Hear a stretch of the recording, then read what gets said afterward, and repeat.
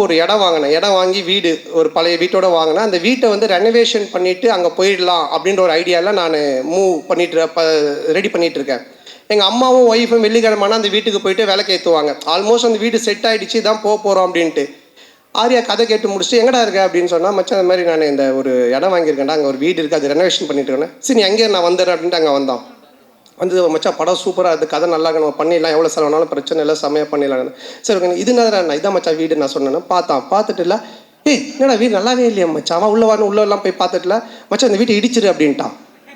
நான் ஒன்றே ஷாக் ஆகி, மச்சான் வீட்டெல்லாம் இடிக்க முடியாது மச்சான், நான் வீட்டிலலாம் சொல்லிட்டேன், இது ரெனோவேஷன் பண்ணுறோம், இடிச்சா நிறைய செலவாகும், அதுவும் இல்லாமல் ரொம்ப நாள் ஆகும்ல.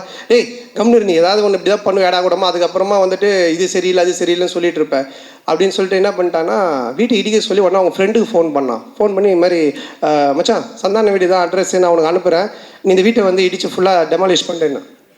உடனே அவன் வந்து ஒரு பாய்க்கு ஃபோன் பண்ணால், ஒரு பாய் ஒருத்தர் வந்தார். சண்டே நைட் இது நடக்குது, மண்டே டியூஸ்டே வெட்னஸ்டே தேர்ஸ்டே இடித்து தரமட்டமாக்கி எல்லாத்தையும் வாரின்னு போயிட்டாங்க.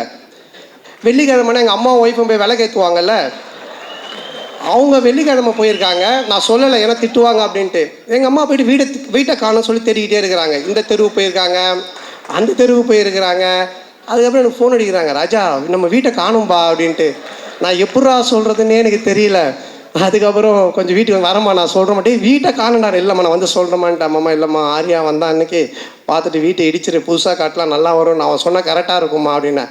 உடனே எங்கள் அம்மா ஷாக்கா, ஏண்டா நீங்கள் 2 பேரும் படத்தில் தானடா அப்படி பண்ணுவீங்க, நிஜ வாழ்க்கையில் மாடா பண்ணுவீங்க, ஒரு வீட்டை இடிச்சிட்டு கிரவுண்டாக ஆக்கி வச்சிருக்கீங்க.